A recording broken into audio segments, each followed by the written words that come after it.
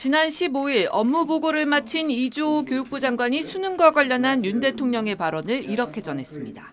학교 수업만 열심히 따라가면 문제를 풀 수 있도록 출제하고 학교 수업에서 다루지 않은 내용은 출제에서 배제하라고 말씀하셨습니다. 사실상 쉬운 수능을 대통령이 지시한 거란 해석이 나왔습니다.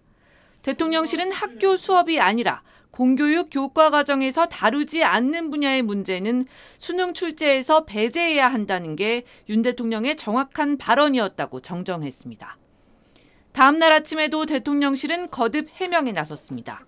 윤 대통령이 변별력은 갖추되 공교육 교과 과정에서 아예 다루지 않는 비문학 국어 문제라든지 학교에서 도저히 가르칠 수 없는 과목 융합형 문제 출제를 지적한 거라고 했는데 논란은 가라앉지 않았습니다.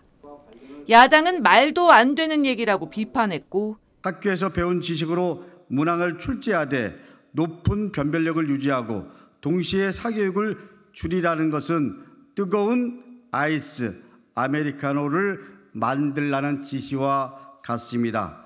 유승민 전 의원도 SNS에 학교 수업과 공교육 교과 과정이 도대체 뭐가 다르냐고 지적했습니다. 공교육 교과 과정에 비문학을 가르치는 독서 과목이 있는 걸 여태 몰랐냐고도 말했습니다. 국민의힘은 이런 혼란의 책임을 교육부에 돌렸습니다. 윤 대통령 발언을 처음 잘못 전달했기 때문이라며 엄중 경고한다고 밝혔습니다. 행정부의 구성은 특히 책임 있는 직책에 있는 정부 부처 관계자는 신중하지 못한 언행으로 불필요한 논란이 발생하지 않도록 만전을 기해야 마땅합니다. 또다시 국민에게 와닿는 파급력이 큰 사안에 대한 고민을 소홀히 하는 정부 당국자가 생긴다면 그 책임을 엄격하게 물을 것입니다. 이주호 장관에 대한 경질 또 자진 사퇴 가능성까지 거론됐는데 당사자는 말을 아꼈습니다.